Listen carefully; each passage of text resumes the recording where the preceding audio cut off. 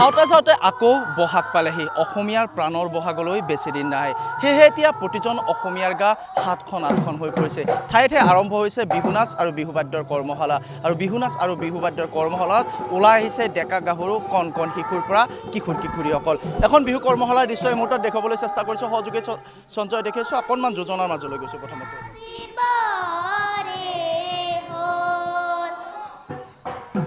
আৰু এয়া হৈছে দক্ষিণ পকোৱা আঞ্চলিক ছাত্ৰ সন্থাৰ উদ্যোগত বিহু নাচ আৰু বিহু বাদ্যৰ কৰ্মশালা ইয়াতে অনুষ্ঠিত হৈছে 23 মাৰ্চৰ পৰা 2 এপ্ৰিললৈকে 11 দিনীয়াকৈ এই বিহু নাচ আৰু বিহু বাদ্যৰ কৰ্মশালাখন অনুষ্ঠিত কৰা হৈছে আৰু এই অঞ্চলৰ কিশোৰ কিশোৰীসকল বা শিশুসকলে আহি এনেধৰণে বিহু নাচৰ আখৰাত অংশ লোৱা পৰিলক্ষিত হৈছে আৰু প্ৰতিদিনে এনেধৰণে তেওঁলোকে বিহু নাচৰ আখৰাত অংশ লৈছে আৰু যিহেতু হেঁপাহৰ ৰঙালীলৈ মাজত মাত্ৰ কেইটামান দিন তেনে অৱস্থাত এতিয়া ৰাজ্যৰ চুকে কোণে এনেধৰণৰ দৃশ্য সুলভ হৈ পৰিছে আমি পোনপটীয়াভাৱে অকণমান বিহুৰ মাজলৈ গৈছোঁ আমি গোটেই পৰিৱেশটো এই মুহূৰ্তত দেখুৱাই আছোঁ আৰু অকণমান বিহুৰ মাজলৈ আমি এই মুহূৰ্তত যাবলৈ চেষ্টা কৰিম হৰি গগনা ঐ লাখৰি গগনা ঐ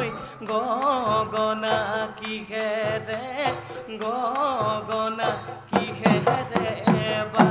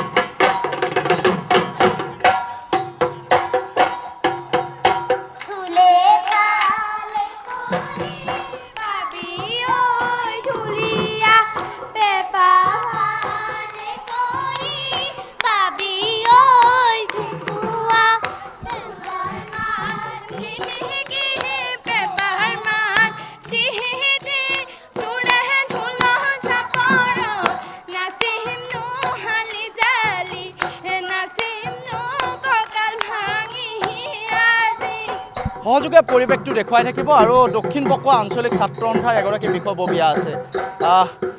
আছুৱে আচলতে শিক্ষাৰ সৈতে জড়িত ছাত্ৰ ছাত্ৰীসকলৰ সৈতে জড়িত তাৰ লগে লগে কিন্তু অসমীয়া সংস্কৃতিৰ সৈতেও জড়িত বিহু আমাৰ প্ৰাণৰ প্ৰতিগৰাকী অসমীয়াৰ প্ৰাণৰ আৰু প্ৰতি বছৰে আপোনালোকে এনেধৰণে বিহুৰ কৰ্মশালাৰ জৰিয়তে এই অঞ্চলৰ ছাত্ৰ ছাত্ৰীসকলক উৎসাহিত কৰি আহিছে বিহুৰ সৈতে চিনাকি কৰি দিছে ছাত্ৰ সন্থাই অকল ৰাজপথৰ আন্দোলন নকৰে এনেকুৱা সাংস্কৃতিক দিশতো ছাত্ৰ সন্থাই আন্দোলন অব্যাহত ৰাখিছে আৰু অসমৰ বিভিন্ন প্ৰান্তৰ অসমৰ বিভিন্ন জিলাৰ বিভিন্ন আঞ্চলিক ছাত্ৰ সন্থা বিভিন্ন শাখা ছাত্ৰ সন্থাই এনেদৰে বিহু নাচৰ কৰ্মশালা আয়োজন কৰিছে আৰু আমিও দক্ষিণ পকোৱা আঞ্চলিক ছাত্ৰ সন্থাই বিগত বৰ্ষৰ দৰে এইবাৰো আমি ইয়াত কৰ্মশালা আয়োজন কৰিছিলোঁ আৰু এই বৃহত্তৰ অঞ্চলটোত প্ৰায় 150 ছাত্ৰী ইয়াত অংশগ্ৰহণ কৰিছে আৰু আমি শিৱসাগৰৰ পৰা এগৰাকী বিহুৱা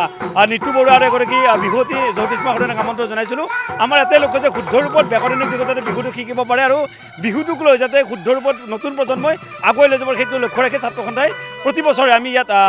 বিহু নাচৰ কৰ্মশালা আয়োজন কৰিছোঁ নিশ্চিতভাৱে আৰু এনেধৰণে প্ৰতিদিনে এতিয়া এনেধৰণে বিহুৰ কৰ্মশালাত অংশ লোৱা পৰিলক্ষিত হৈছে এইসমূহ ছাত্ৰ ছাত্ৰী আমি পৰিৱেশটো দেখুৱাই গৈছোঁ সহযোগে পৰিৱেশটো দেখুৱাইছে অকণমান বিহুৰ মাজলৈ গৈছোঁ যিহেতু ঢোল পেঁপাৰ মাতত আচলতে বহাগ আহে বুলি কোৱা হয় কুলি কেতেকীৰ মাতত বহাগ আহে গতিকে অকণমান বিহুৰ মাজলৈ গৈছোঁ